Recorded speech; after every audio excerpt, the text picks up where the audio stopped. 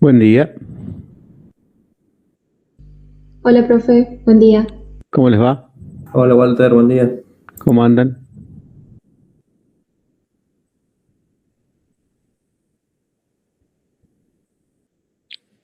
Muy bien, muy bien.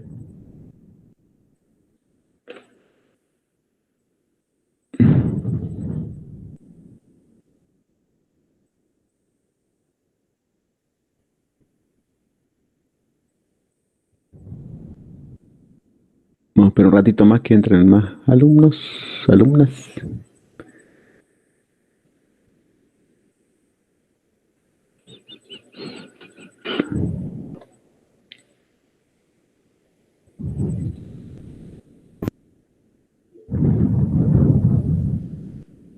Hola Agostina, buen día. Hola Fabricio. Hola Walter, buen Acá día. estoy, acá estoy, acá estoy. ¿Cómo estás? Bien congestionado. Estos cambios de Uh, temperatura. Hola, buen día. Hola Sole, ¿cómo andás? ¿Todo bien? ¿Todo Bien, bien? bien, bien, bien. Sí, hay mucha gente así que no es COVID, pero que está congestionada. Me hice un hisopado hace 2 días por las dudas, viste que No, sí, sí, hay mucha uno está gente con... tan en contacto con tanta gente y Sí, encima ahora todo... Ahí ayer estuve, ayer fue o anteayer, una charla de una gente sobre el tema, habían hecho como un análisis de bioquímicos de Rosario, habían hecho un trabajo sobre midiendo anticuerpos de distintas patologías y han visto cómo ha bajado muchas enfermedades que son habituales en esta época que han, digamos, gracias al COVID, entre comillas, es como que hay mucho menos de otras, sobre todo respiratorias y todo eso, como que han bajado algunas otras más, como que con el tema de, bueno, aislamiento y toda esa historia, han bajado bastante. Eso es lo que decían en Rosario, no sé si será en todos no, lados, pero... es algo que se vio en todos los ámbitos, acá también. Ajá, Cuando teníamos reuniones con infectología, el año pasado, fiebre o tos o algún tipo de ese malestar era sinónimo de ujú, COVID, no consideramos otra cosa, y de hecho no lo claro, hubo, es decir, ujú, uno revisaba y no había faringitis, no había resfrío, era fiebre y era COVID, no era ni siquiera neumonía de la comunidad, era una neumonía por claro, COVID. ujú, Así que el año pasado había fiebre, era COVID, y era COVID, no le erramos mira por vos, mucho, realmente no hubo el espectro de enfermedades que suele haber habitualmente en invierno antes del COVID, es ujú. decir, uno ve un espectro de resfríos, de faringitis, bueno, todo el año pasado no hubo, y este año poco y nada, sigue siendo COVID, de fiebre es COVID. Mira vos. Sí, Sí, lo que sí decían que ha caído mucho el tema digamos, el cronograma de vacunación de niños. Hay un 50% menos de niños vacunados que otros años. ese Con es las un problema. vacunas comunes, digamos, con las Sí, que sí. tiene que cumplir. O sea que no están llevando a vacunar por otra cosa a niños, ¿no? O sea, como que ha Sí, bajado sí, muchísimo sí, la... eso es un problema. Se están Ujú. vacunando más los adultos. El año pasado Sí, todo el mundo se enloqueció con las vacunas, cosas, y está muy ujú. bien. Ojalá Sí, sí, pasara sí. anualmente, pero los niños sí los hemos descuidado un poco con esto que parecía que el COVID no los afectaba. Nos olvidamos que todas las otras enfermedades existen también. Exactamente, sí, sí, eso como que ha bajado creo que como un 50% la vacunación Puede del ser. cronograma normal, digamos, de los niños, ¿no? Así que veremos de acá a un tiempo a ver qué pasa con toda esa historia. Sí, sí, sí. Sole, ¿cómo andás? Todo bien, todo bien. Hay medio de acá. Mucha acción, no me gusta acá. Pero Bueno, vamos a ir mejor, no adaptando, te aburrís nunca, no te ya nos aburrís estamos, nunca. ya nos estamos acomodando. Acción familiares, son todo. Sí, Ah, bueno, sí, bueno. sí, sí. No, no, pero Ah, todo bien, profe. estamos, estamos. ¿Vos, Fabri, todo bien? Zoe, ahí la vi un ratito conectada. Sí, Sí, ahí la bien, vi bien, sí. la Sole. Bueno, Sí, todo bien, profe, por lo menos. bueno, estamos. Profe, y ahí vi el mail de 10, o Sí, sea, vamos un ratito antes y listo, de 10. ahí les voy a, bueno, supongo que cada profe le ha dicho a los alumnos, pero por las dudas les voy a decir a todo el mundo la idea esta del 3 de septiembre para que vayan viendo. A todos los alumnas y alumnos, seguramente sus profes a lo mejor les han dicho en el práctico, pero vamos a hacer, yo me voy a sacar la cámara porque eso pierde velocidad, ahí está. Vamos a hacer el 3 de septiembre, el viernes 3 de septiembre, una actividad práctica presencial en la Universidad Nacional de Villa María, que es electrocardiograma. Así que ese día, el viernes 3, vamos a empezar a las 10 de la mañana. Vamos a hacer comisiones de a 10 alumnos, o sea, uno de 10 a 11, de 11 a 12 y de 12 a 1. Una la tendrá el profesor Fabricio Estequina y el otro a lo mejor Nicolás, para que vean cómo se hace y ustedes también practiquen la realización de electrocardiogramas, con el aparato, con todo en presencia. Así que ya tenemos el permiso de la Universidad Nacional de Villa María y tenemos las aulas, ya tenemos las camillas, así que bueno, vamos a hacer después de grupos de 10, para aquellos que no es una actividad obligatoria, sé que algunos no pueden venir, pero bueno, aquellos que puedan estar, después le van en cada uno de sería bueno que cada uno de los profes de los prácticos más o menos expresen los que pueden estar y los que no pueden estar, para tener una idea del número de alumnos que vamos a trabajar. Repito, yo sé que sabemos que hay muchos que no pueden venir, pero bueno, aquellos que puedan venir a la universidad sería bueno por un lado, para vernos, y por otro lado, para que vean en la práctica cómo se hace un electrocardiograma y ustedes también practiquen, que es alguna actividad eminentemente médica, así que no, en cualquier guardia, en cualquier lugar van a tener que hacer electrocardiograma, así que creo que es algo que a todo el mundo supongo que les entusiasma hacer un electrocardiograma. Así que esa es la idea en general, así que bueno, después ojalá que la mayoría pueda, si nos vemos, ven cómo se hace y bueno, nos interesa como actividad. Lamentablemente no sea la única que podamos hacer, pero bueno, una es una, así que por algunas se empieza. Así que después, sí. sí. Perdón, profe. No hay problema. A ver, ¿qué día sería la actividad? Porque el 3 de septiembre, viernes 3 de septiembre. Ah, bien, genial. Sí, porque depende del día. No, es en el horario que ustedes tienen de física, o sea, de biofísica. Gracias, profe. Lo único que el teórico ese día no lo vamos a dar como lo damos así, lo vamos a subir directamente al aula virtual para que ustedes lo tengan, pero bueno, no podemos, digamos, porque si no se iría muy tarde el empezar la parte práctica y queremos, digamos, hacerlo con menos alumnos y más separados. Entonces ese día, en vez de tener el teórico de electro como lo tenemos normalmente, lo van a tener subido en el aula virtual y vamos a estar ahí nosotros en el práctico a partir de las 10 de la mañana, con Soledad, con Fabricio, con todos los ayudantes, etc. Así que esa es la idea de hacer. Pero va a ser en el horario de biofísica, de que de 10 a 2 de la tarde. Sí, Soledad, perdón, te interrumpí.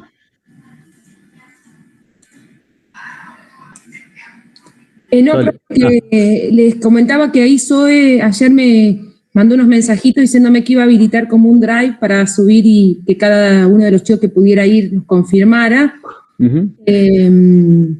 Y lo otro que les quería comentar era que, bueno, que agradecía que ya algunos empezaron a llenar la encuesta que estaba disponible en el campus, y se los quería decir a ustedes por los dos que no hayan recibido el mensaje. Son preguntas simples, breves, pero que a nosotros nos resulta una herramienta muy importante para ver cómo venimos con el desarrollo de las actividades. O sea, que se los agradezco por la amabilidad de responder la encuesta. Perfecto. Bueno, creo que ya estamos más o menos todos, así que vamos a comenzar. ¿Alguna duda con respecto a la actividad práctica? Bueno, eso. Ojalá que la mayoría pueda, así nos estaremos viendo ahí.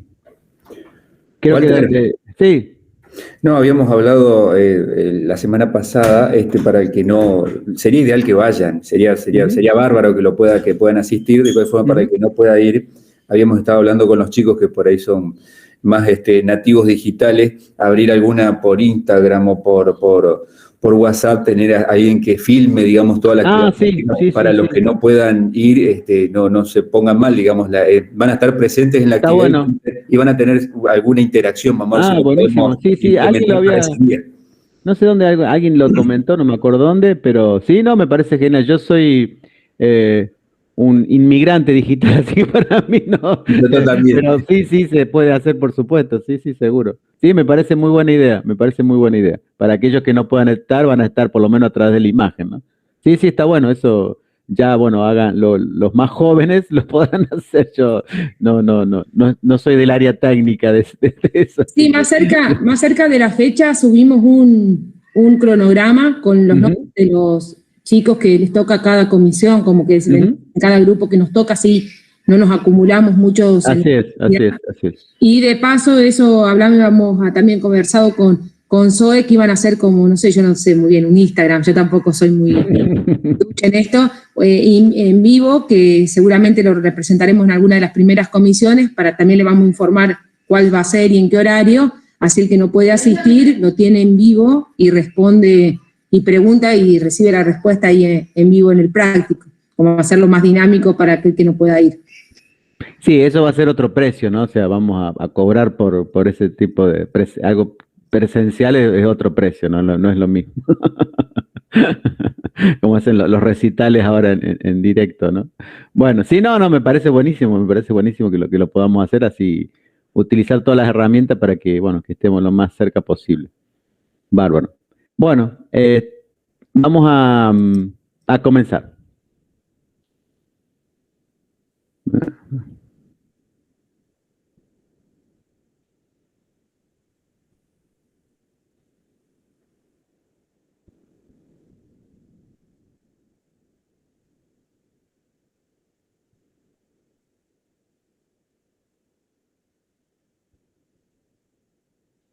Bueno, ¿se ve ahí?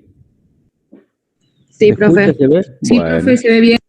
perfecto. Bueno, un poco repasito rápido de lo que vimos las últimas clases sobre hemodinámica, que habíamos visto el tema de las técnicas de medición de presión sanguínea, o sea, cómo debería estar el paciente para poder tomar correctamente la presión.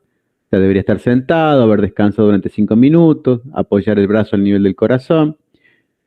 Debería utilizarse un manguito de presión de un tamaño adecuado y la cámara de aire debería rodear casi completamente, por lo menos el 80%. No deberían haber fumado los pacientes o ingerido cafeína antes durante los 30 minutos anteriores a las mediciones. Las mediciones deberían tomarse con un esfingomanómetro o un manómetro aneroide recientemente que esté calibrado. Deberían registrarse tanto la presión sanguínea sistólica como la diastólica. Y la fase 5 de Korokov, o sea, la desaparición del ruido, debería utilizarse para la lectura diastólica. Un poco lo que vimos. Y debería hacerse un promedio de 2 o más lecturas separadas por 2 minutos y tomarse más si difieren en más de 5 milímetros de mercurio. Dentro de los ruidos de Korokov, habíamos visto las 5 fases.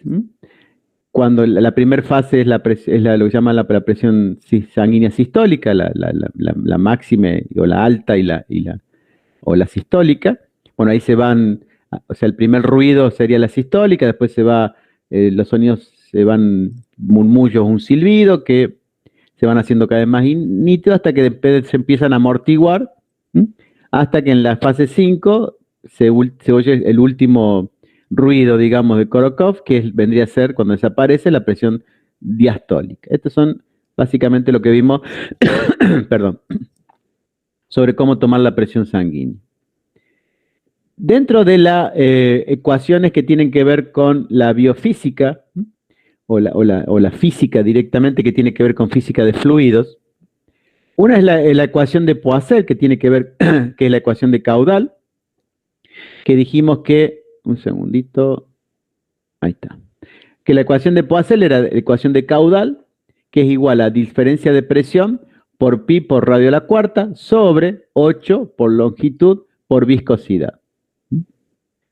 Dentro de esta ecuación, los factores, por ejemplo el radio, que está elevado a la cuarta, es fisiológicamente el mecanismo más importante para modificar la resistencia. O sea, si yo disminuyo el radio, obviamente la resistencia que produce el tubo por donde pasa ese líquido es mucho mayor. O sea, tiene un diámetro mucho menor, por lo tanto, tiene que hacer mucho más fuerza para poder pasar por ese tubo. Y Poiseuille, cuando hizo esta ecuación, quiso dar el ejemplo de que el radio es uno de los factores que más influyen en el caudal, por eso lo hizo a la cuarta. O sea, cualquier pequeña modificación del radio elevado a la cuarta genera un gran cambio en el caudal. O sea, que si yo duplico el radio, aumenta 16 veces la resistencia. O sea, por lo tanto, disminuye el caudal claramente cuando yo disminuyo el radio del tubo por donde pasa ese líquido, ese fluido. Entonces, el término vasodilatación indica un aumento del radio del vaso y una disminución de la resistencia. O sea, cuando hay vasodilatación, o sea, aumenta el radio, aumenta el caudal, por lo tanto, pasa mucho más sangre, en este caso, que estamos hablando de hemodinamia. Y el término vasoconstricción es una disminución del radio y un aumento de la resistencia. Y al aumentar la resistencia, el caudal disminuye, porque son directamente proporcionales. O sea, mayor resistencia, menor caudal. Perdón, es inversamente proporcional, disculpe. Si bien cualquier vaso desde la aorta a las venas, pasando por los capilares, puede cambiar su radio, se suele reservar estos términos para los cambios que ocurren por mecanismos activos, por contracción o relajación de las fibras musculares lisas del vaso, principalmente en los vasos de resistencia, arteriolas y esfínteres precapilares, que ahí es donde ocurre la mayor resistencia. Es decir, cómo dirige nuestro cuerpo la sangre a determinados lugares es porque se van abriendo y cerrando distintos vasos sanguíneos y permite que vayan la sangre más hacia un lado que hacia otro. Dentro de la ecuación de Poiseuille tenemos entonces la resistencia, que es el factor que más al aumentar el radio, al aumentar el radio, aumenta el caudal. Al disminuir el radio, disminuye el caudal. O sea, aumenta la resistencia. Otro de los factores importantes en la ecuación de Poiseuille es la longitud de ese tubo. En el caso de la hemodinamia, la longitud de los vasos sanguíneos no se modifican, por lo tanto, no tiene mucha influencia en el caudal sanguíneo. O sea, la longitud no es algo que se modifica en nuestro cuerpo. Ahora, sí, la longitud se modifica, por ejemplo, en diálisis. Si a una persona le hacemos diálisis, es como que estamos prolongando su sistema cardiovascular en una máquina, y eso hace que al aumentar la longitud, disminuye el caudal. O sea, en ese caso sí hay que tener en cuenta el caudal cuando, por ejemplo, en una situación de diálisis. Pero normalmente la longitud en nuestro sistema cardiovascular no se modifica. Otro de los aspectos importantes que sí se modifica es la viscosidad de la sangre, que es este factor. O sea, la viscosidad es como si fuera el grado, digamos, de cuán espeso es el líquido que está pasando. O sea, el grado de rozamiento de las capas de ese líquido, en este caso, de la sangre. Un flujo laminar es cuando las láminas de ese líquido se mueven sin generar ninguna turbulencia. O sea, se mueven lentamente y van avanzando. Como en este caso, como si fueran capas, como si fueran láminas. Este es un régimen laminar. ¿Ve? Como tienen acá, como si fueran láminas. Entonces, en el caso cuando este flujo laminar aumenta mucho su velocidad, se genera una turbulencia. O sea, que se genera como si fuera un remolino. O sea, que pasa de flujo laminar a flujo turbulento, como en este caso. O también puede haber una turbulencia cuando hay una obstrucción en ese vaso sanguíneo. O sea, por ejemplo, tenemos una obstrucción en el pasaje de la sangre y eso hace que aumente la velocidad y se genere una turbulencia. O sea que cuando yo estoy escuchando algún flujo turbulento, puede ser producto de que hay alguna obstrucción en ese vaso sanguíneo. En el caso de la sangre, no es un líquido homogéneo, sino está formado por células, y la velocidad de la sangre es mucho mayor sobre las paredes que al medio. ¿Por qué? Porque ahí no hay los eritrocitos se acumulan cuando viajan al medio, por lo tanto en las paredes no hay eritrocitos, que casi no hay rozamiento, por lo tanto viaja más la sangre a mayor velocidad que al medio. O sea que la velocidad va disminuyendo hacia el centro de ese tubo, de ese vaso sanguíneo con respecto a la sangre. La viscosidad de la sangre y los líquidos newtonianos y no newtonianos. ¿Qué significa esto? Cuando se hace esta misma experiencia con sangre, se observa que se obtienen viscosidades diferentes si se usan diámetros de tubos diferentes, disminuyendo bruscamente si es menor a 0,1 milímetro. ¿A qué se debe este cambio aparente de viscosidad y cuál sería entonces la viscosidad real de la sangre circulante? La sangre puede considerarse como un medio líquido homogéneo, el plasma y partículas en suspensión, los eritrocitos. Es decir, en un líquido real, un líquido que no sea sangre, o sea, la sangre en realidad es un tejido, la viscosidad, si yo tomo la viscosidad en cualquier área de ese líquido, es homogénea, o sea, tanto en las paredes como al centro, cuando hablo de un líquido homogéneo, de un fluido real. Ahora, la sangre no es un líquido, sino que es un tejido porque hay células en suspensión. Entonces, cuando la sangre circula, los eritrocitos no están igualmente distribuidos. Hay una acumulación de eritrocitos en el eje del tubo, o sea, al medio, quedando las zonas próximas a la pared con mucha menos células. Lo que veíamos acá. O sea, cuando fluye la sangre, si yo tomo la viscosidad, no es homogénea en toda el área de donde viaja la sangre. O sea, los eritrocitos se acumulan al medio y dejando libres en las paredes. Por lo tanto, la viscosidad no es homogénea. O sea, el grado de espesura, digamos, de esa sangre no es homogénea. Hay menos viscosidad en las paredes que al medio. Entonces, cuando la sangre circula, los eritrocitos no están igualmente distribuidos, hay una acumulación de eritrocitos en el eje del tubo, o sea, al medio, quedando las zonas próximas a la pared con mucha menos células. Como la viscosidad depende del número de eritrocitos, las zonas con pocos eritrocitos tendrán menos viscosidad que las zonas axiales. O sea, las zonas de esta pared tendrá menos viscosidad que al medio.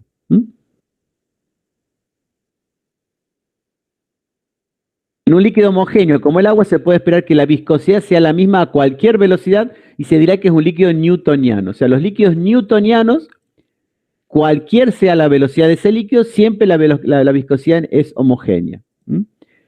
Ahora, como esta acumulación axial se hace mayor a medida que la velocidad de la sangre pasa por el tubo aumenta, se puede entender a este como uno de los factores que hacen que la medida de la viscosidad cambie con el radio del tubo en el que fue realizada. O sea, vamos a ver, si el tubo es muy grande, o sea, el diámetro es grande, se va a comportar que la viscosidad no es la misma a lo largo de esta área. Acá es menor y acá es mayor. O sea, hay más glóbulos rojos. Lo que determina la viscosidad de la sangre es básicamente la cantidad de glóbulos rojos. Por ejemplo, una persona anémica que tiene menos número de glóbulos rojos tiene menos viscosidad la sangre que una persona que tenga una cantidad normal de glóbulos rojos. O una persona, por ejemplo, policitémica, o sea, que tiene muchos glóbulos rojos, tiene una viscosidad diferente. Entonces, cuando la sangre circula, los eritrocitos no están igualmente distribuidos, hay una acumulación de eritrocitos en el eje del tubo, quedando las zonas próximas a la pared con mucha menos células. Como la viscosidad depende del número de eritrocitos, las zonas con pocos eritrocitos tendrán menos viscosidad que las zonas axiales.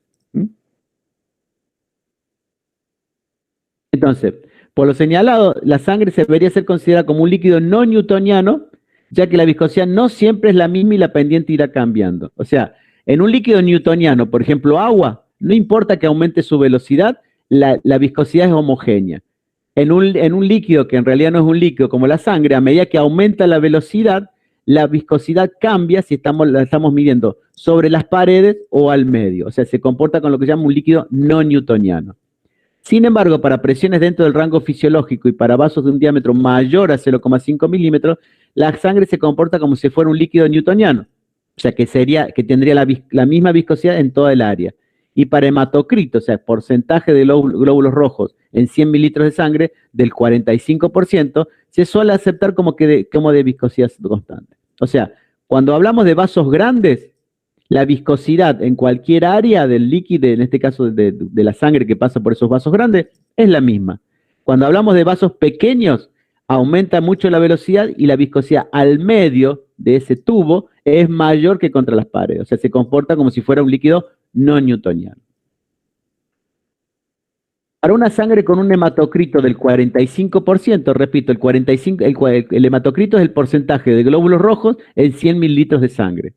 El 45% es un hematocrito normal. O sea, que cada 100 mililitros de sangre, el 45% corresponden a glóbulos rojos. Vale entre 2 y 4,5.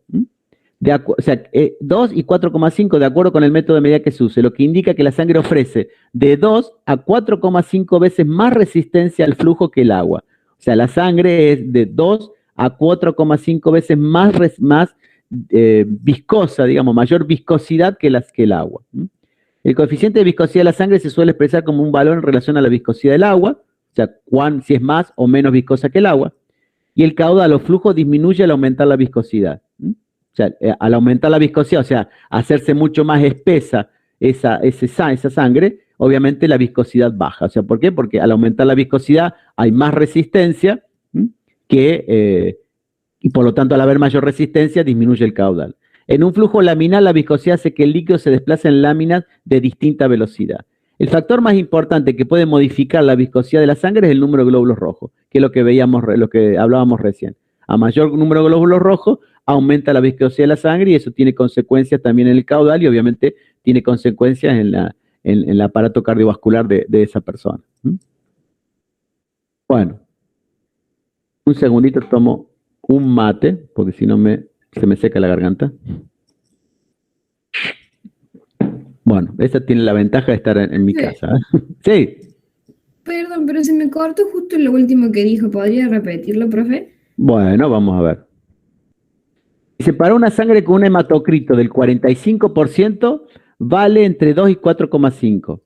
Es decir, la viscosidad se mide en general en relación al agua. Cuán viscosa es el elemento, en este caso la sangre, con respecto al agua. Y la sangre es entre 2 y 4,5 veces más viscosa que el agua, perdón. O sea, que ofrece de 2 a 4,5 veces más resistencia que el agua. O sea, que, digamos, viaja más lentamente, digamos. El coeficiente de viscosidad de la sangre se suele expresar como un valor en relación a la viscosidad del agua, y el caudal o flujo disminuye al aumentar la viscosidad. O sea, mientras algo sea mucho más espeso, o sea, imagínense, qué sé yo, por un tubo viajando agua o viajando dulce de leche. O sea, obviamente para yo poder desplazar el dulce de leche necesito generar mucho más presión porque es mucho más viscoso que el agua. O sea que al aumentar la viscosidad, el caudal disminuye. En un flujo laminar, la viscosidad hace que el líquido se desplace en láminas de distinta velocidad. O sea, cuando es laminar, o sea, viaja lentamente, se desplaza como si fueran láminas una sobre otra. El factor más importante que puede modificar la viscosidad de la sangre es el número de glóbulos rojos. Recién decíamos una situación de anemia. O sea, una persona con anemia, o sea, que tiene en algunos casos menor número de glóbulos rojos, va a tener menor viscosidad y eso hace que aumente el caudal, la velocidad y tiene consecuencias cardiovasculares para esa persona. ¿Estamos hasta ahí? Sí, profe, gracias. Bueno, otro de las situaciones que en el caso con la hemodinamia tiene que ver con el caudal. O sea, el caudal en un tubo se mantiene, o sea, lo que entra del líquido por una punta es lo que sale por la otra. O sea, si disminuye el área de ese tubo, aumenta la velocidad, pero el caudal se mantiene siempre constante. O sea, el caudal 1 es igual al caudal 2. Pero, ¿cómo hace para mantenerse constante el caudal aumentando la velocidad o disminuyendo la velocidad? Cuando el área es menor, aumenta la velocidad. Cuando el área es mayor, aumenta la velocidad. O sea, a mayor área, disminuye la velocidad. A menor área, aumenta la velocidad. Y el caudal se mantiene constante. O sea, si pasan 5 litros de sangre por un lugar, tienen que pasar 5 litros de sangre por el otro. Ahora, cuando se divide, como ocurre con nuestro sistema cardiovascular, no es un tubo que solo el sistema cardiovascular, sino es un tubo que se van dividiendo en arteriolas, capilares, etc. Cada uno de este líquido viaja, por eso cada uno de esos tubos divididos. Si yo sumo el caudal acá y el caudal acá, es el mismo que pasa por acá. Está en relación inversa entre área de sección y velocidad, y solo es válida si entre uno y otro territorio el caudal es el mismo. O sea, acá tenemos que se va dividiendo. El caudal en 1 es el mismo que en 2, acá. Y como, el caudal en 1 es el mismo que en 2. Y como el área en 2 es mayor que el área en 1, la velocidad en 2 es menor que la velocidad en 1. De modo que se cumple que el caudal 1 es igual al caudal 2 y es igual a velocidad por área. O sea, el caudal es igual a velocidad por área. Si yo aumento la velocidad, el área disminuye. Si yo aumento el área, la velocidad disminuye. O sea, siempre lo hace en relación de la velocidad para mantener el caudal constante. O sea, repito, si el caudal aquí es el mismo que aquí, pero el área es menor, ¿qué pasó? Aumentó la velocidad. Acá el mismo caudal, pero el área es mayor. ¿Qué pasó? Disminuyó la velocidad para mantener el caudal constante.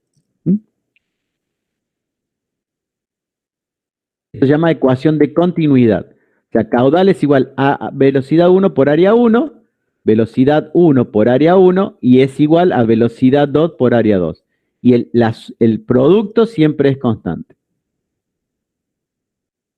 En el caso de nuestro sistema circulatorio, no es un tubo solo que viaja por todos lados, sino que es la aorta se va dividiendo en vasos sanguíneos menores, que son las ramificaciones del sistema circulatorio. Acá tenemos a la izquierda la sección de cada una de las ramas es progresivamente menor, o sea, se van dividiendo en tubos cada vez más chiquitos. Pero la suma de las secciones es progresivamente mayor. O sea, si yo sumo todas las secciones de estos tubitos, me da un área mucho mayor que en el caso de la aorta, por ejemplo. A la derecha acá tenemos el área total de cada una de las pequeñas segmentos vasculares, la aorta, grandes arterias, las arterias pequeñas, etcétera. Acá vemos cómo a medida que se van haciendo más chiquitos esos vasos sanguíneos, el área que ocupan es mucho mayor. Por eso, sí, es como si fuera un tubo pequeño, se va transformando en un tubo muy grande. Si yo sumo todas las áreas de los capilares, es un tubo mucho más grande que el de la aorta. Entonces, de acuerdo a la ecuación de continuidad, el aorta tiene un área pequeña, por lo tanto tiene mucha velocidad, pero a medida que se va ramificando más, va generando un área cada vez más grande, que si yo sumo y hago como si fuera un solo tubo, a mayor área, menor velocidad. Por eso, en los capilares la sangre disminuye su velocidad, aunque sea muy pequeño con respecto a la aorta. ¿Qué quiero decir con esto? Si uno mira solamente un capilar, como el área de un capilar es mucho menor al área de la aorta, diría que la velocidad de la sangre es mucho mayor. Pero cuando uno mide la velocidad de la sangre en un capilar, es mucho menor la velocidad con respecto a la aorta. ¿Por qué? Porque estos capilares se conforman como si fuera una sola área. Entonces yo sumo todos los capilares, me da un tubo muy grande, por lo tanto, con respecto a la aorta es un área mucho mayor. Por lo tanto, para mantener el caudal constante, la velocidad en todo ese tubo mayor, que es la suma de los capilares, es mucho menor. O sea, disminuye la velocidad y eso permite que haya intercambio de nutrientes, etcétera, etcétera. Si pasara a la misma velocidad que pasa en la aorta, no habría forma ni siquiera de entregar nutrientes ni nada a las células. Por ejemplo, el área de todos los capilares es superior, o sea, el área de la aorta es de 7 centímetros cuadrados. El área de todos los capilares es superior a 4.000 centímetros cuadrados. Aunque el radio de un capilar sea de 8 por 10 a la menos 4 centímetros y su área de 2 por 10 a la menos 6. O sea, un capilar es muchísimo menor que la aorta. Pero tenemos que tener en cuenta la suma de todos los capilares que me da un área como si fuera un tubo grande de 4.000 centímetros cuadrados. Por eso la velocidad es mucho menor. Y cumple con la ley de continuidad. Sí. Una pregunta. ¿La suma de todos los capilares sería la sección transversal total? Exactamente, exactamente. Por eso, en esa sección transversal total, la velocidad disminuye. Si no, parecería contradictorio. Si uno toma el capilar solito, diría, no, che, la velocidad acá debería ser muchísimo mayor que en la aorta. Sin embargo, es mucho menor. ¿Por qué? Porque uno tiene que tener el área de la sección total, de la suma de todos los capilares. Y ahí se cumple con la ley de continuidad. Baja la velocidad. ¿Está claro? Sí, profe, gracias. Dale. Bueno, después tenemos el teorema de Bernoulli. Acá estamos llenos de franceses, como decíamos en la clase anterior. Dice, se trata de la energía de un líquido en movimiento y de su conservación. Bernoulli trabajaba con el tema de la energía también, o sea, energía total de un sistema. O sea, saben que la energía total de un sistema es constante, o sea, porque la energía no se destruye. Entonces la energía total es igual en general a lo que es la energía cinética y la energía potencial. Eso cuando hablamos de energía. Si yo sumo las energías en sus distintas formas en un sistema, me va a dar la energía total que se mantiene constante. Entonces él comparó el tema de energía con el tema de presiones. Un ejemplo de la aplicabilidad del teorema de Bernoulli es el mecanismo de formación de un aneurisma. Por alguna razón patológica, un segmento arterial, generalmente de la aorta abdominal, comienza a dilatarse. ¿Qué quiere decir esto? Que acá tenemos, cuando un líquido ingresa a un tubo, tiene una determinada presión, que es la presión que genera la presión contra las paredes. Ahora, a medida que ese líquido aumenta su velocidad, aumenta su presión, que se llama de presión cinemática. O sea, que la presión de movimiento. Si aumenta la presión de movimiento, porque aumenta su velocidad, disminuye la presión contra las paredes, que es la presión hidrostática. ¿Está? Ahora, ¿qué tiene que ver eso con un aneurisma? Cuando en un vaso sanguíneo hay un aumento de su radio, como si fuera una pancita en ese vaso sanguíneo, o sea, al aumentar el área de esa zona, ¿qué pasa con la velocidad? Cae. Y al caer la velocidad, aumenta la presión hidrostática. Entonces, en ese lugar donde hay como una pancita, aumenta el área, disminuye la velocidad, y al disminuir la velocidad, aumenta la presión de esa sangre contra las paredes de ese aneurisma. Y al aumentar la presión contra las paredes, ese aneurisma se puede romper. O sea, se puede romper la pared de ese vaso sanguíneo. Por eso tiene que ver con lo que dice con el mecanismo del aneurisma cuando se rompe. El caudal es el mismo, o sea, acá tenemos en la aorta y en el aneurisma, pero la velocidad es menor en el aneurisma y la presión hidrostática aumenta, lo que lleva al aneurisma a dilatarse aún más, lo que hace que la velocidad disminuya aún más. Es un círculo vicioso que, si no se corrige, puede provocar la ruptura de la arteria. Entonces, repito, como el aneurisma es una pancita, o sea, le aumenta el radio de ese vaso sanguíneo, cae la velocidad. Ecuación de continuidad que vimos recién. Al caer la velocidad, aumenta ¿qué presión? La presión hidrostática, o sea, la presión de la sangre contra las paredes. A su vez se dilata aún más ese aneurisma, cae más la velocidad y aumenta cada vez más la presión. Y hasta llega a un punto que se puede romper y generando consecuencias muchas veces fatales. Entonces, acá tenemos que la presión hidrodinámica, que es la suma de las dos presiones, es como si fuera energía total del sistema igual a energía potencial más energía cinética, pero cuando hablamos de presión, energía total es presión hidrodinámica, que es igual a presión hidrostática más presión cinemática. ¿A qué es igual a presión hidrostática? Perdón, es densidad por gravedad por altura, y la presión cinemática es un medio de la densidad por la velocidad al cuadrado. Acá habíamos visto que la presión cinemática, el factor más importante que modifica la presión cinemática es la velocidad, por eso está elevado al cuadrado. Y uno de los factores más importantes que modifica la presión hidrostática es la altura. A mayor altura, mayor presión hidrostática. Entonces, el teorema de Bernoulli se aplica para comparar presión y velocidad en segmentos del mismo caudal. Una aplicación reciente del teorema de Bernoulli es el cálculo del grado de estrechez en una válvula cardíaca, usando la ecocardiografía Doppler. Allí lo que se mide es la velocidad del flujo y de ella se deduce la diferencia de presión entre ambos lados de la válvula. Esto se utiliza mucho para el caso de válvulas cardíacas. Bueno. ¿Vamos hasta ahí? ¿Están todavía? Sí, profe. Bueno, digo, una vez se han ido todas.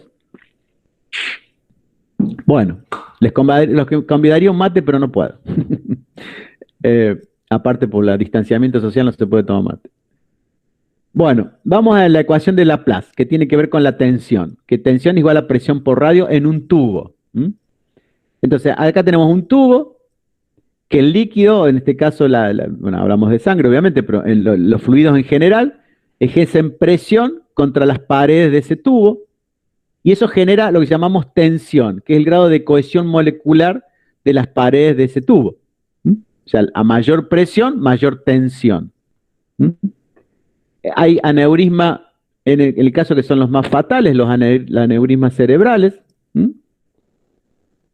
y que se puede romper ese aneurisma, porque es como si fuera esta pancita, que al aumentar la presión, por ejemplo, aumenta mucho la tensión. O sea, si yo aumento mucho la presión, aumento mucho la tensión y ese caso se rompe. Fabricio, ¿estás ahí? ¿Me escuchás? No está. Sí, Walter, acá estoy. No, digo, por el tema del aneurisma, vos sabés mucho más que yo del tema, de lo fatal que puede ser un aneurisma cerebral, ¿no? Sí, exactamente. Con respecto a los aneurismas, que en la guardia de un hospital se ve mucho y el primer diagnóstico ante un cuadro neurológico es pensarlo en el famoso accidente cerebrovascular. Muchas veces es la rotura de un vaso. Nunca sabemos a ciencia cierta si a veces es un aneurisma, pero en los más jóvenes prácticamente lo sospechamos siempre. Porque ante la ausencia de un cuadro hipertensivo, eso lo único que queda es una deficiencia genética, que suele ser el problema del aneurisma cerebral.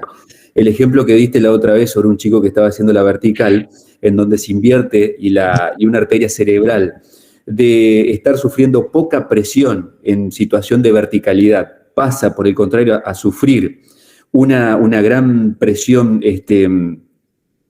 al invertirse, al sufrir, digamos, el cambio de presión atmosférica inclusive, y todo el sistema vascular se vuelca sobre este globito que es el aneurisma. Se puede romper y tenemos prácticamente a un niño muerto. Son cuadros muy, muy difíciles de revertir. Otros cuadros de aneurismas muy comunes son el punto del callado aórtico, ahí donde dobla la aorta, donde directamente sale del corazón. Ese es un punto de choque, porque ahí el ventrículo hace una enorme fuerza y justamente la aorta dobla, y suele ser otro lugar donde tenemos mucho cuidado de estudiar problemas aneurismáticos. Y finalmente la aorta abdominal también, ese es un caño grande hasta que se dividen las dos grandes ilíacas, suele soportar mucha presión y suele ser un lugar donde tenemos que prestarle mucha atención. A veces los estudiamos con estudios contrastados para ver si aparece un aneurisma allí también. Esos son los lugares más comunes. Perfecto. O sea, siempre el aneurisma cerebral, el pronóstico es fatal, digamos. Y son cuadros graves. Yo no te quisiera dar la estadística, porque no la conozco a ciencia cierta, pero suelen ser lugares. Creo que sí, que es como mira, casi. lo que lo puede salvar es un aneurisma pequeño, un aneurisma pequeño con un pequeño sangrado que por sí solo se autolimite. No sé si decir que haya una autolimitación del sangrado, claro, y que esto dé tiempo a una estabilización hemodinámica del paciente y una posterior neurocirugía, pero para todo esto se requiere tiempo y que se autolimite en ese momento. Claro. Esto quiere decir que si no se autolimita y el aneurisma sigue sangrando, estamos ante la presencia de un cuadro fatal, sin duda. Qué bueno. Bueno, muchas gracias, Fabio. No, por favor. Bueno, entonces, la ecuación de mientras que el capilar le basta sostener capa de células endoteliales, mientras que la presión en la aorta es 4 veces mayor que en el capilar, necesita más de 5.000 veces más tensión que el capilar para soportar esa presión y mantener su radio. O sea, de ahí tenemos también la diferencia y mucho menor presión en las células endoteliales de los capilares, que obviamente que en la aorta. Por eso la capa tan gruesa de la aorta de mantener semejante presión, ¿no? O sea, necesita más de 5.000 veces más tensión el capilar para soportar esa presión y mantener su radio. No es difícil comprender ahora por qué la aorta tiene en su pared capas elásticas musculares, la íntima y la adventicia. En el ejemplo del aneurisma, ya que la arteria se va dilatando, se requiere mayor tensión. Si la pared está debilitada, esta tensión no se puede desarrollar y se dilata aún más, lo que requeriría mayor tensión y obviamente se termina rompiendo. Bueno, la sangre, que tanto hemos hablado de la sangre, que no es un líquido, que es un tejido, está compuesta por agua y sustancias disueltas, formando soluciones verdaderas, glucosa, urea, ácido úrico, bicarbonato, sodio, potasio, etc. Soluciones coloidales, proteínas plasmáticas y suspensiones, que son los eritrocitos. Como todo líquido, presenta viscosidad, la cual es una propiedad del líquido que se opone a que éste fluya. O sea, mayor viscosidad, mayor resistencia y baja la velocidad. Porque la sangre tiene viscosidad, en el sistema circulatorio existe una resistencia al flujo de la sangre. Si pese a la resistencia la sangre fluye de un modo constante, es porque existe una fuente de energía, una bomba, el corazón, que permite recuperar la energía que se pierde por efecto de la viscosidad. O sea, el que produce, obviamente, gracias a la presión que genera el corazón, a pesar de la viscosidad de la sangre, esta puede fluir por esa presión generada. Bueno, está formada por distintos elementos, el plasma, el leucocito, plaqueta, los glóbulos rojos, glóbulos distintas, donde acá vemos la forma de los glóbulos rojos. El volumen total ocupado por la sangre recibe el nombre de volemia, o sea que es el volumen total de la sangre, y el volumen de agua y el volumen ocupado por los sólidos del plasma y los sólidos de las células sanguíneas. O sea, la volemia es todo, o sea, líquidos más células. El volumen de agua del intravascular se puede calcular como el 5% del peso corporal, y para un hombre de 70 kilos, una persona de 70 kilos, como unos 3,5 litros de agua intravascular, o sea que está dentro del sistema vascular. La volemia es de unos 70 a 80 mililitros de sangre por kilogramo de peso corporal, y para un sujeto de 70 kilos son unos 4.900 a 5.600 mililitros de sangre, o sea, alrededor de 5 litros para un adulto sano. O sea, se calcula, repito, 70 a 80 mililitros de sangre por kilogramo de peso corporal. Eso va a depender de hombres y de mujeres, obviamente. Ahora, o sea, lo que hemos visto hasta ahora son leyes generales de la hidrostática y la hidrodinámica aplicadas a la circulación sanguínea, a la hemodinamia. Ahora vamos a ver tres leyes que tienen que ver específicamente con la circulación sanguínea. Esto no se desprendió, digamos, de la biofísica, de la física, digamos, de fluidos, sino que son leyes que vienen directamente del estudio de la circulación sanguínea. Esto es la ley de caudal, que el caudal a través de cada segmento de la circulación sanguínea debe ser igual al entrar y salir del sistema, es decir, se mantiene constante. La otra ley es la ley de velocidad, que dice la velocidad es máxima en la raíz de la aorta y disminuye progresivamente hacia los capilares. Eso lo vimos recién con la ecuación de continuidad. ¿Por qué disminuye la velocidad? Porque el área total de los capilares es mucho mayor que el área de la aorta. Para ir aumentando nuevamente desde estos hacia las venas, pero nunca vuelve al valor aórtico. O sea que la velocidad es mayor en la aorta, va disminuyendo hacia los capilares, disminuye hacia los capilares, aumenta un poco, pero a nivel de venas nunca es la velocidad que tiene a nivel de la aorta. La ley de presión dice que la presión es máxima en la aorta y desciende hacia los capilares, desciende aún más hacia las venas y se hace cero en la aurícula derecha. Una cosa que creo que dije en la clase anterior, pero por la duda lo remarco. Cuando hablamos que se hace cero en la aurícula derecha, quiere decir que la presión es la misma afuera que adentro. Es decir, se hace cero, no quiere decir que se haga cero como valor absoluto. Si ustedes se recuerdan de física, o sea, ¿qué es la presión? La presión es energía cinética. Son el grado de movimiento molecular de las paredes de un líquido, por ejemplo, de un fluido, o líquido o gas, contra las paredes del recipiente que lo contiene. O sea, el movimiento molecular, el golpeteo de esas moléculas, sea líquido, sea gas, generan golpeteo contra las paredes del recipiente, y eso es lo que llamamos presión, ¿sí? Ahora, la presión va disminuyendo a medida que baje la energía cinética. Uno de los efectos, o sea, ¿por qué baja la energía cinética? Porque baja la temperatura. O sea, a medida que va bajando la temperatura de ese fluido, va disminuyendo la energía cinética, va disminuyendo el movimiento molecular y va disminuyendo el golpeteo de las moléculas contra ella y contra las paredes. Cuando la energía cinética es cero, en el 0 grado absoluto, a los menos 273 grados centígrados, y eso se llamamos 0 grado Kelvin. O sea, a los menos 273 grados centígrados desaparece la energía cinética, por lo tanto, la presión es cero. O sea, si yo hablara que en la aurícula derecha hay presión cero absoluta, quiere decir que ahí en la aurícula derecha hay menos 273 grados centígrados. Hasta ahora por lo menos no se ha demostrado eso. Cuando hablamos de presión se hace cero, quiere decir que la presión afuera y adentro es la misma. O sea que estamos casi a nivel de presión atmosférica. O sea, es como un valor de referencia. No quiere decir que se haya cero como valor absoluto. Eso es lo que quiero que quede claro.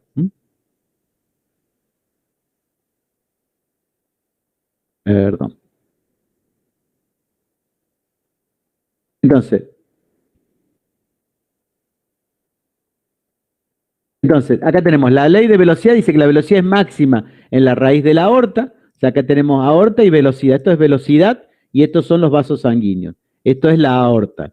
Acá la velocidad es máxima en la raíz de la aorta, disminuye progresivamente hacia los capilares. Estos son los capilares.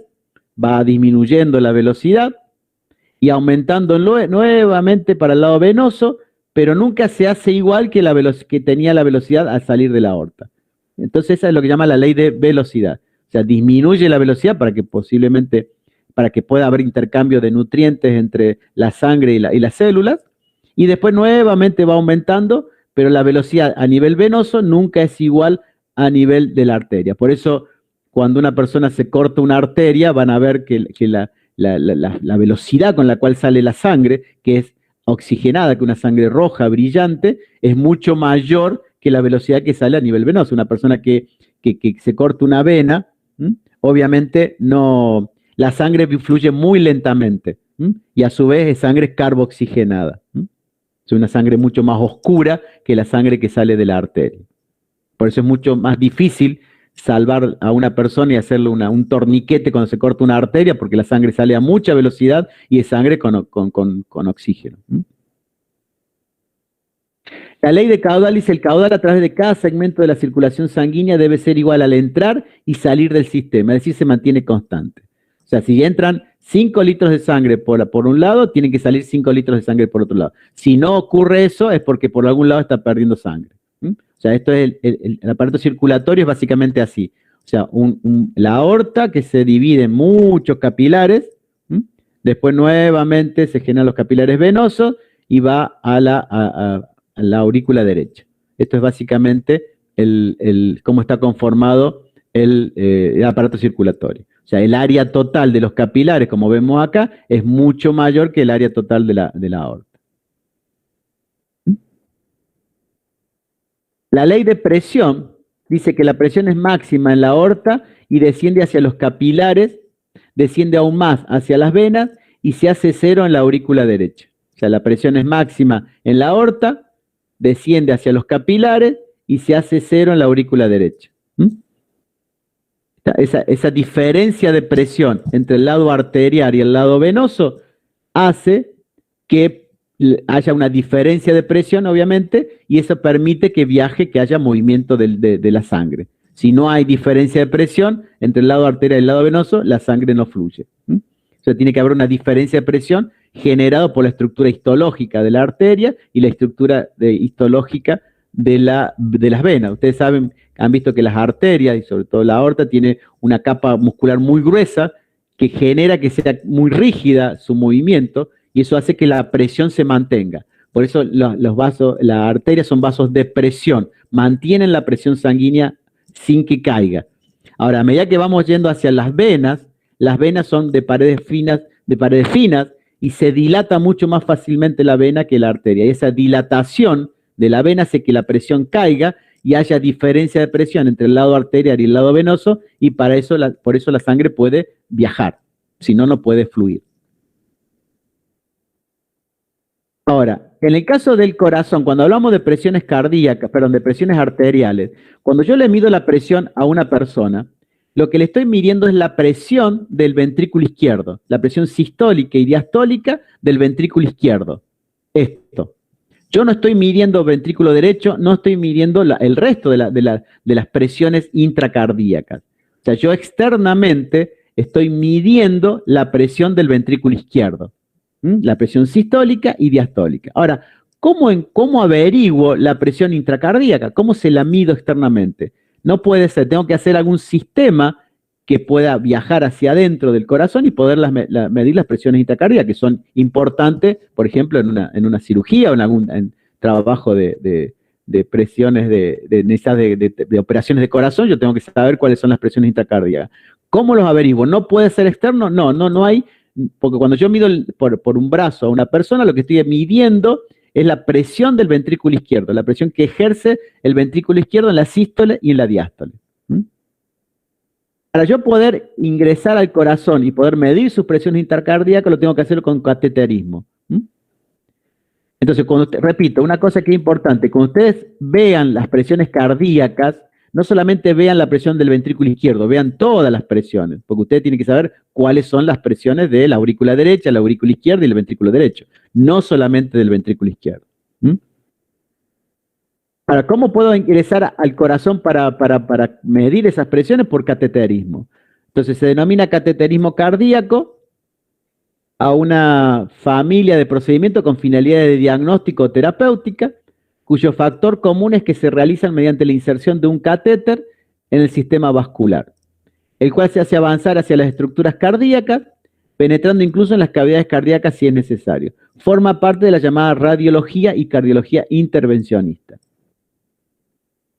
El cateterismo de corazón puede sacar radiografías, se llama angiografías, para ver las cámaras del corazón o las arterias coronarias cuando se inyecta un contraste, medir la presión de la sangre dentro de los vasos sanguíneos de pulmones y del corazón, medir el caudal de sangre y la cantidad de oxígeno en la sangre de distintas partes del corazón, y tomar una muestra biopsia del tejido del músculo cardíaco usando un instrumento que se enhebra por el catéter. Yo puedo sacar un pedacito, como si fuera, le saco un pequeño pedacito de tejido para hacer una biopsia de ese músculo cardíaco.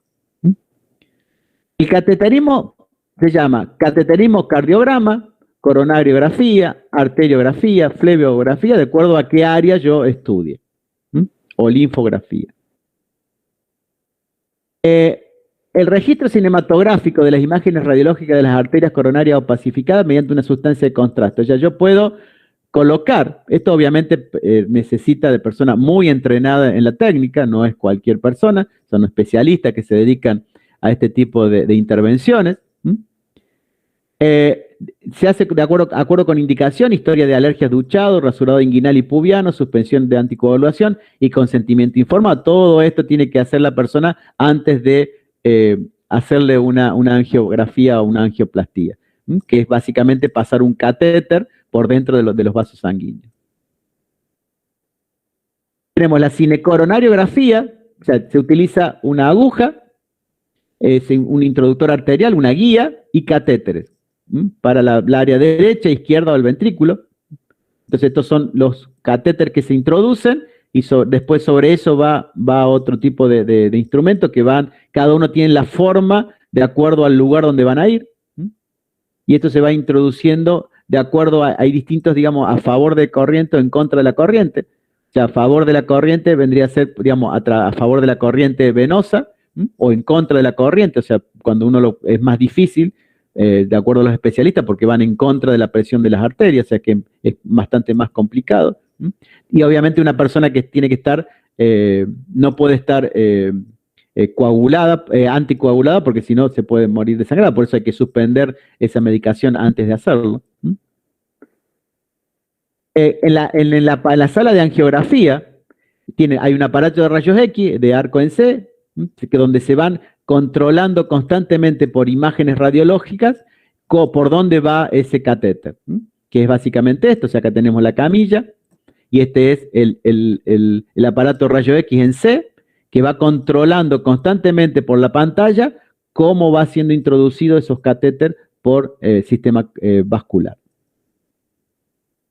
Acá tenemos, por ejemplo, una foto, o sea, como tenemos las arterias coronarias, cómo va, esto es el catéter que está introducido, cómo va yendo, y eso lo va viendo constantemente el médico o médica que va realizando la técnica. O sea, lo tiene que ir mirando constantemente para, obviamente, no cometer ningún error. Esto tiene, bueno, todas las partes que se midan, que se ven aquí en esta angiografía. Después tenemos un proceso que se llama la revascularización coronaria. O sea, ustedes que tenemos una arteria coronaria, cómo se va llenando de grasa, un ateroma, y obviamente eso genera problemas en la salud de la persona. Y hay lo que se llama una angioplastía, que es eliminar eso, o colocar un balón que, digamos, despegue de nuevo ese vaso sanguíneo para que pase la sangre normalmente. Hay lo que se llama una angioplastía, que es colocar un balón, inflarlo, y colocar un stent, porque antes se hacía, solamente se colocaba un catéter que, digamos, separaba las paredes, pero nuevamente después al sacarlo al tiempo se volvían a pegar de nuevamente, generando un problema nuevo. Ahora lo que se hace es despegar las paredes y colocar una malla de acero que genera que se mantenga abierto y no se vuelva a cerrar ese vaso sanguíneo para que circule adecuadamente la sangre. Acá, por ejemplo, tenemos un ejemplo. O sea, acá tenemos cómo colocan el catéter. O sea, acá introducen, lo inflan, separan la pared, y ahora después se coloca un stent. Se repite, a ver, vamos a ver. O sea, colocan el catéter, lo inflan, separan, y después colocan el stent. Y este stent queda anclado, evitando que vuelva a cerrarse esa parte del vaso sanguíneo, generando que fluya normalmente ahora la sangre. Profe, Sí. una pregunta, ¿y eso después lo tienen que cambiar o queda ahí por siempre? Creo que queda para siempre. No sé, Fabri o alguno que sepa, yo no lo sé. Me parece que queda. No, el stent queda. A lo sumo lo que puede suceder es que se vuelva a estenosar la misma Claro, zona y requiera otra nueva intervención. Ah, o Los sea, nuevos stent habitualmente vienen con medicamentos, vienen con estructuras medicamentosas ya que van liberando. Son medicamentos anticoagulantes habitualmente para que fluya. Lo que pasa es que ahí donde colocan el stent también se produce una pequeña, es complicado, a veces se producen pequeñas lesiones de la íntima, es decir, de la capa más interna, entonces eso requiere cuidados.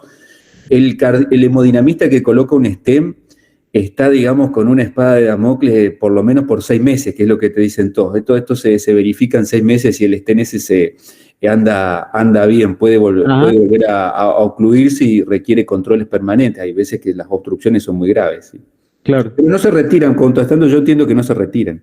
No, yo tengo conocidos que hace mucho tiempo, años, tienen stent, incluso hay quienes le ponen 3 o 4 en el mismo procedimiento, ¿no? O sea, conozco de gente que le han puesto 3 o 4 en un mismo procedimiento y hace mucho y lo tienen, que yo sepa, no se los han cambiado nada, así que no, me parece que quedan para siempre, a no ser que decís vos generan un problema, ¿no?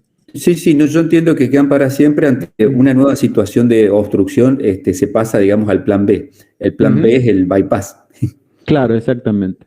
Claro, un poco es lo que lo dice Fabricio, o sea, antes, digamos, nuestro genial Favaloro, bueno, su avance en la ciencia fue, digamos, estas obstrucciones eran que se hacía un bypass, o sea, se hacía un puente entre la parte sana y la otra parte sana, evitando esa parte que estaba cerrada. Eso es los famosos bypass. El problema que tiene, que es una cirugía abierta, bueno, con todos los problemas que eso generaba, pero obviamente que era un avance revolucionario para la época, ¿no? Esto genera que es mucho más seguro, con menos postoperatorio, bueno, toda una serie de avances que realmente, y cada vez se avanza cada vez más con este área, ¿no? Realmente. No, la colocación de stent ha bajado muchísimo la mortalidad, o sea, el bypass ha sido un enorme avance, pero la tasa de mortalidad intraoperatoria era alta, sigue siendo alta, no es baja. La hemodinamia mejoró muchísimo esa tasa de mortalidad intervencionista, lo mejoró muchísimo, así que es la hemodinamia con colocación de stent es un gran avance también. Sí, la pucha. Bueno. Había otros que se utilizaban también que eran, en vez de ser como un globito que se inflaba, era un rotor, que a veces era muy duro la placa y no había forma de despegarlo, entonces se ponía como un rotor, que esto giraba a alta velocidad y rompía esa placa de grasa, generando nuevamente que fluya la sangre.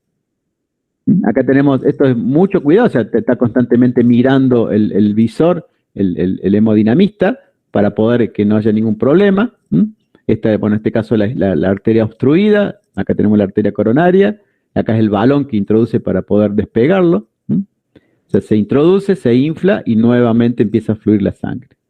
Acá después nuevamente otra imagen de cómo se coloca ese tubito, digamos, para que quede anclado en ese lugar y no vuelva a cerrarse esa parte del vaso sanguíneo, y con mucho, como decía Fabricio, con medicamentos que van también actuando en esa zona.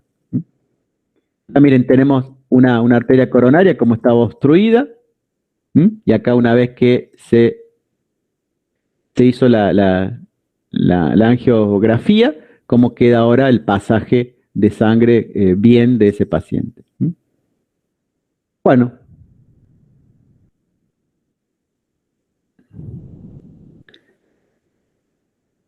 Bueno, con esto terminamos hemodinamia. Así que, bueno, ¿alguna pregunta, alguna duda? No, profe. ¿Está todo claro? Bueno, esto también se les va a subir en el aula virtual para que ustedes lo repasen de ahí. Pero bueno, con esto terminamos hemodinamia. La próxima empezamos con electrocardiograma. Y bueno, repito, la próxima clase teórico normal. Y después el 10 nos vemos, si es posible, en persona. Van a tener la suerte de conocerlos en persona. Así que ojalá que nos veamos con la mayoría y nos podamos conocer en carne y hueso el 3 de septiembre, allá en Villa María. Lo mismo, bueno, cada profe van a, como decía, para que ustedes se anoten, para que saber más o menos con qué personas contamos para la práctica. Repito, no es obligatoria, pero bueno, vamos a tratar, como decía, de poder filmarlo para que lo vean en tiempo real, aquellos que no puedan viajar. Pero bueno, sería interesante que hagan el esfuerzo poder estar. Queremos que cada uno también, lo que sí, que respeten el horario que se les va a dar, porque bueno, hay que cumplir con las normas de seguridad y todo eso, seguimos estando en pandemia, así que tratemos de no amucharnos todos, sino que de cumplir con el horario y para poderlo hacerlo sin ningún problema, y ojalá que después podamos hacer a lo mejor otra actividad, ya veremos. Así que bueno, estaría bueno que nos podamos ver. Si no hay preguntas, bueno, ustedes a las 12 tienen el práctico, así que tienen una hora para descansar. Bueno, profe, muchas gracias. No, por favor, gracias a todos. Gracias, profe. Gracias, profe. Nos vemos. Nos estamos viendo, cuídense mucho. Chao. Hasta luego. Chao, profe, muchas gracias. Chao. No, por favor. Chao. Gracias, igualmente.